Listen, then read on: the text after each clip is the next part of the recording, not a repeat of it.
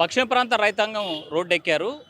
సాగునీరు దేవుడికెరక కనీసం తాగేందుకు గుడికెడు నీళ్లు ఇవ్వండి అంటే మాత్రం అధికారులు స్పందించడం లేదని చెప్పి గత 15 రోజుల నుంచి పెద్ద ఎత్తున ఆందోళన చేస్తున్నారు. మరోవైపు ఎలినోవా ఎఫెక్ట్‌తో కరువు ఛాయలు కమ్ముకొస్తున్నాయి.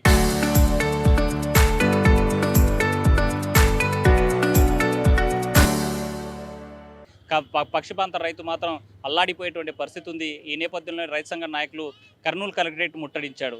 ఇక్కడ ఉన్నటువంటి కలెక్టరేట్ని దిగ్బంధించారు. లోపలికి వెళ్ళేటువంటి ప్రయత్నం చేశారు. ఈ నేపథ్యంలో మనతో మాట్లాడడానికి రైతు సంఘ నాయకులు ఉన్నారు. సార్ చెప్పండి, ఎందుకు మీరు రోడ్డు ఎక్కాల్సిన పరిస్థితి? ఆల్రెడీ జూన్, జూలై నెలలో చేసినటువంటి పంటలు ఇప్పుడు దాదాపుగా 45 నుంచి 50 రోజులు అవుతుంది. ఇటు ఈ ఎల్లిన ప్రభావం వలన వర్షాలు లేనందువల్ల కరువు వచ్చేసింది ఆల్రెడీ. కనీసం రైతాంగానికి తాగునీటి సమస్య కూడా కొరత రాకూడదనే ఉద్దేశంతోనే ఈ ధర్నా చేయడం, కనీసం తాగడానికి నీళ్లు లేవు కాబట్టి ఈ ధర్నా చేయడం జరిగింది. చివరికి ఈ ప్రకృతితో పాటు డిపార్ట్మెంట్ కూడా, ఇరిగేషన్ డిపార్ట్మెంట్ అయితేనేమి, తర్వాత ప్రభుత్వం అయితేనేమి తాగునీటి సమస్యకు ఎలాంటి కార్యాచరణ చేయకుండా, ఎలాంటి ఆలోచన లేకుండా ప్రాజెక్టులు నిర్వీర్యం చేసి పాడేసింది. ఆల్రెడీ వేదవతి ప్రాజెక్టు వచ్చింటే కొన్ని ప్రాంతాలకు సస్యశ్యామలు ఉంటుండే. అదే గుండ్రేగుల ప్రాజెక్టు ఉంటుండే మనం త్రాగడానికి సమస్య, నీటి సమస్య కూడా ఎద్దడి లేకుండా ఉంటుండే మనకు. అలాంటి సాగునీటి సమస్య దేవుడు ఎరుగండి, కనీసం తాగడానికి నీళ్ళు రావట్లేదు. ఇప్పుడు దాని గురించి ఈ విధంగా ఆందోళన చేయడం జరిగింది. పక్కన ఇందాక జేసీ గారు చెప్పారు, ఈవినింగ్ లోపల దాని పరిష్కారం చూపిస్తామని చెప్పారు. అంటే మనం చూసాం ఇప్పుడు వర్షాలే లేవు, నీళ్లు ప్రాజెక్టులు కూడా ఉన్నటువంటి పరిస్థితి ఉంది. ఎక్కడి నుంచి నీళ్ళు ఇస్తారు? అందుకని ఈ ప్రాజెక్టులు ఎందుకు కట్టుకోవాలంటే మనం వేదవతి ప్రాజెక్ట్ తీసుకుంటే దాదాపుగా వేదవతి ప్రాజెక్టు నుంచి 3-4 ఎమ్మెల్యే కాన్స్టిట్యూన్సీలకు వాటర్ సప్లై అవుతుంది. తాగునీటి సమస్య పోతుంది, సాగునీటి సమస్య రెండు తీరుతాయి. ఈ ముందస్తుగా మన కర్నూలు జిల్లాకు మనకి ఓన్లీ ఒక గుంటూరు ప్రాజెక్టు ఉంది. నది పొడవుతో తుంగభద్ర నది పొడవుతో, తర్వాత ఇది సుంకేశ్వర డ్యామ్ ఉంది. ఈ సుంకేశ్వర డ్యామ్ నుంచి తాగడానికి వాటర్ సమస్య మనకు ఇబ్బందికరంగా ఉంది. ఎంతసేపు ఉన్న మన కర్నూలు ప్రజలకు కావచ్చు, ఎక్కడికైనా వాళ్ళకు కూడా మనకు గాలిదిన ప్రాజెక్టు నుంచి తాగునీటి తీసుకుంటున్నాం. ప్రతి సంవత్సరం సమ్మర్ వచ్చేసరికి వాటర్ గాలిదిన ప్రాజెక్టు తీసుకుంటున్నాం. అదేవిధంగా ఈ అంది ప్రవాహక ప్రాంతంలో ఉన్నటువంటి కొన్ని గ్రామాలకు ఆ అంద్రినీవా నుంచి మన గాలిదిన ప్రాజెక్టు నుంచి సమ్మర్ నీళ్ళు వచ్చినా వాళ్ళకి నీళ్ళు సప్లై చేయని పరిస్థితి ఉంది. కాబట్టి అంద్రినీవా ప్రాంతంలో ఉన్నటువంటి గ్రామాలకు గేట్లు ఎత్తేసి అందరి ద్వారా నీళ్ళు ఇస్తే వాటర్ తాగడానికి భూగర్భ జలాలు పెరిగి కావచ్చు, తర్వాత అందులో నీళ్ళు వచ్చి తీసుకొని తాగడానికి అవకాశం ఉంటుంది. ప్రతి ఏటా రోడ్డు ఎక్కేటువంటి పరిస్థితి, నీళ్ళు తాగేందుకే అడుక్కునేటువంటి పరిస్థితి, ఎందుకు ఈ ప్రాంత రైతుల పరిస్థితి అంటారు? ఇది ముఖ్యంగా ప్రజాప్రతినిధుల యొక్క నిర్లక్ష్య వైఖరి, దూరదృష్టి లేకపోవడం అని కాదు, వాళ్లకు ఈ సంకల్పం లేకపోవడమే ప్రధానమైనటువంటిది. మేము ఇప్పుడు కాదు, 91 నుంచి 4 సంవత్సరాలకు ఒకసారి, 5 సంవత్సరాలకు ఒకసారి అనావృష్టి అతివృష్టి వస్తుంది. ఈ పరిస్థితుల్లో ఇటువంటి అనావృష్టి పరిస్థితి వచ్చినప్పుడు ప్రజలు ఇబ్బంది పడకుండా, కనీసం త్రాగునీటికైనా సరే ఇబ్బంది పడకుండా చెరువులు నింపండి, రిజర్వాయర్లు కట్టండి, గుర్రాఘవేంద్ర ప్రాజెక్టుని 9 లిఫ్ట్లు పూర్తి చేయండి. అదేవిధంగా ఆర్డీఎస్ కుడికాల ఆల్రెడీ ఉంది, దానికి నీళ్ళు ఇవ్వండి. టీబీపీ ఎల్ఎల్సి నీళ్ళు ఇవ్వండి. ఈ విధంగా నీళ్ళు ఇచ్చినప్పుడు పోయిన సంవత్సరము తుంగభద్ర నుంచే 300 టీఎంసీ నీళ్ళు శ్రీశైలం పోయి, శ్రీశైలం నుంచి నాగార్జున సాగర్ పోయి, నాగార్జున నుంచి పులిచింతలు పోయి, పులిచింతల నుంచి ప్రకాశం బ్యారేజ్ పోయి, ప్రకాశం బ్యారేజ్ నుంచి సముద్రం పాలైనవి. ఈ విధంగా నీళ్లు లేక కాదు, మీకు సరైనటువంటి చిత్తశుద్ధి లేక ఈ విధంగా రాయలసీమ ప్రాంత ప్రజలకు నీళ్లు లేవు, నిధులు లేవు, నియామకాలు లేవు అనేటువంటిది మేము దాదాపుగా 2010 నుంచి ఈ రాయలసీమ సమస్యలు, నీళ్ళ సమస్యలు, నిధుల సమస్యలు ఇవన్నీ నుంచి కూడా మాట్లాడుతూనే ఉన్నాము.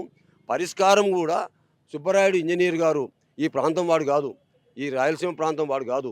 ఆయన ఇంజనీర్గా ఉండి ఇక్కడ అన్నిటిని కూడా సర్వే చేసి తుంగభద్రలో ఎన్ని నీళ్ళు ఉన్నాయి, పెన్నాలో ఎన్ని నీళ్ళు ఉన్నాయి, అదేదో కుందులో ఎన్ని నీళ్ళు ఉన్నాయి, హంద్రీలో నది ఎన్ని నీళ్ళు ఉన్నాయి, ఈ నీళ్ళనన్నింటినీ కూడా రాయలసీమలో 300 టీఎంసీల నీళ్ళని రాయలసీమ భూములను తడపవచ్చు అనేటువంటి పద్ధతిలో ఎన్నిసార్లు పంపించినప్పటికీ కూడా ఈ ప్రాంతానికి నిర్లక్ష్యమే ఉంది. మీరు ప్రధానంగా రాయలసీమలో 98 లక్షల ఎకరాలు వ్యవసాయ భూమి ఉంది, 20 లక్షల ఎకరాలు ఆయకట్టు స్థిరీకరించినారు, 8 లక్షల ఎకరాలు కూడా నీళ్ళు వాడడంలే. అదే కృష్ణా గుంటూరు జిల్లాలో 32 లక్షల ఎకరాలు వ్యవసాయ భూమి ఉంది, 26 లక్షల ఎకరాలు స్థిరీకరించినారు, 25 లక్షల ఎకరాలకు నీళ్లు వాడుతున్నాయి. మరి ఇక్కడ నుంచి నీళ్ళు పోతూ ఇక్కడ కన్నీళ్ళు, అక్కడ మాత్రం వాళ్ళు మాత్రం ఇక్కడ మాకు నో దడుపుకోనిక లేదు, కానీ వాళ్ళకు రొయ్యల చెరువులకు, వాళ్ళ వరి నాట్లకు అక్కడ ఉండేటువంటి తీసుకుపోవడానికైతే ఇక్కడ నుంచి నీళ్ళు ఉన్నాయి, కానీ ఇక్కడ నీళ్ళు ఇవ్వడం లేదు కదా. ఇది ప్రత్యక్షంగా కనిపిస్తుంది. ఇక్కడ రిజర్వాయర్లు కట్టి ఉండింటే ఈ సమస్య లేదు. ఇప్పుడిప్పుడే మేము కట్టమని చెప్పడంలే, మేము ఎప్పటి నుంచో చెప్తున్నాం. ఎందుకు కట్టలే? ప్రధానమైనటువంటి యొక్క ప్రాధాన్యత ఈరోజు వ్యవసాయానికి ఇవ్వకపోతే ఈ సంవత్సరము మా రైతు నాయకులు చెప్పినట్లు మరి జూన్ జూలైలో చిన్న చిన్న వర్షాలు పడితే రైతులు ఆశపెట్టి పత్తి విత్తనాలు నాటినారు, ఎండిపోయినాయి. వ్యవసాయం చేసిన ఖర్చు, విత్తనం ఖర్చు మొత్తం మళ్ళీ ఇప్పుడు చెడిపినారు. మళ్ళీ ఆ విధమైనటువంటి పనులు వచ్చి కేవలం రైతుల సమస్య కాదు, ఇది ప్రజల సమస్య. ఇది నీళ్లు ఉన్నామంటే పంటలు వస్తాయి, పంటలు వస్తే బై ప్రాజెక్ట్ వస్తుంది, పరిశ్రమలు వస్తాయి, నిరుద్యోగ సమస్య కొంచెం పరిష్కారం అవుతుంది, వ్యవసాయ ఉత్పత్తులు పెరుగుతాయి. అన్నదాత అనే పద్ధతిలో ఈరోజు మార్కెట్కు వస్తున్నాయి అని చెప్పంటే ఎవరు పండిస్తే వస్తున్నాయి? కూరగాయలు ఎవరు పండిస్తే వస్తున్నాయి? పండ్లు ఎవరు పండిస్తే వస్తున్నాయి? ఆహార ధాన్యాలు ఎవరు పండిస్తే వస్తున్నాయి? అంటే ఈ సంవత్సరం వాణిజ్య పంటలు ఎవరు పండిస్తే వస్తున్నాయి? ఈ విధంగా ఈ ప్రభుత్వం ఎలాంటిది అంటే వ్యాపారస్తులకు, పారిశ్రామికవేత్తలకు మాత్రమే ఉపయోగపడేది తప్ప రైతులకు ఉపయోగపడేది కాదు. అంటే ఈ సంవత్సరం ఎలినో ఎఫెక్ట్ ఉంది, చూసి వాడుకోండి. ఆల్రెడీ ఉన్నటువంటి ప్రాజెక్టులో నీళ్లు కాలువకు వదిలితే రైతులు సాగుకు వాడుకుంటే ఇబ్బంది అవుతుంది, మార్చి దాకా కావాలంటే కష్టం అవుద్ది అని చెప్పి జాయింట్ కలెక్టర్ చెప్తున్నారు కదా. అవును, ఈ సంవత్సరము ఈ ఎలినినో లాలినినో అనేటువంటి ఒక పదాలు 8-10 సంవత్సరాల నుంచి వింటున్నారు. మాలాంటి వాళ్ళకు జబ్బు వస్తే డాక్టర్ దగ్గరికి పోతాము. మేధావులు జబ్బులు రాకముందే ఎలా చేసుకోవాలనేటువంటి మేధావుల దగ్గర ఉంటుంది, ప్రభుత్వం దగ్గర ఆ వనరులు ఉంటవి. ఇప్పుడు ఈ ఎలినినో లాలినినో అనేటువంటి ద్వారా విపరీతమైన వర్షాలు రావచ్చు, రాకపోవచ్చు అని చెప్తున్నప్పుడు ముందు జాగ్రత్త చర్యగా తీసుకుపోవడం ప్రభుత్వ యొక్క ప్రజాప్రతినిధుల యొక్క నిర్లక్ష్య వైఖరి. సో ఇప్పుడు ఏమన్నారు జాయింట్ కలెక్టర్ ఫైనల్గా ఏమన్నారు? జాయింట్ కలెక్టరు చెప్పిన దాంట్లో ఏమిటి అంటే ఇప్పుడు కర్నూలు నగరానికి నీళ్లు కావాలా, తుంగభద్ర నుంచి నీళ్లు వస్తున్నాయి. ఇప్పుడు ఉన్నటువంటి నీళ్ళు 1.7 టీఎంసీ ఉంది. ఆ 6 టీఎంసీ మామూలుగా అంటే 0.6 టీఎంసీ నీళ్లు వదిలితే మొత్తం కర్నూలు వరకు కూడా నీళ్లు వాడుతుంది. 1/2 టీఎంసీ చాలు. 1 టీఎంసీ అక్కడ సాగుగా ఉంటుంది.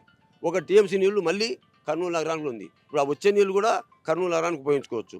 కాబట్టి ఇప్పుడు వచ్చే దాంట్లో 6 టీఎంసీ నీళ్లు వదిలితే రోజుకు 1000 క్యూసెక్కుల నీళ్ళు వదిలినారంటే 5-6 రోజుల్లో అందరి కంప్లీట్ పోతుంది. అందరి కంప్లీట్ నీళ్ళు వస్తాయి. వాళ్ళు కొద్దిగా కాలువకు నీళ్ళు వదిలిస్తే ఎక్కడికి రావు, ఎవరికి ఉపయోగపడవు, నీళ్లు వృధా అవుతాయి, ఇక్కడ ఉపయోగం ఉండదు. 1000 క్యూసెక్కుల నీళ్లు వదిలితే ఏ గ్రామాలకి, ఏ నియోజకవర్గాలకి, ఏ మండలాలకు ప్రయోజనం? ఈ ప్రధానంగా ఇది కొంత కల్లూరు మండలము, కోడుమూరు మండలము, కల్లూరు మండలంలో దాదాపుగా 56 గ్రామాలకు ఇది ఉపయోగపడుతుంది. 56 గ్రామాలు, కోడుమూరు, కల్లూరులో ఇండస్ట్రియల్ ఎస్టేటు, కల్లూరు, బుధారపేట వరకు కూడా ఇది ఉపయోగపడేటటువంటి యొక్క ప్రాజెక్ట్.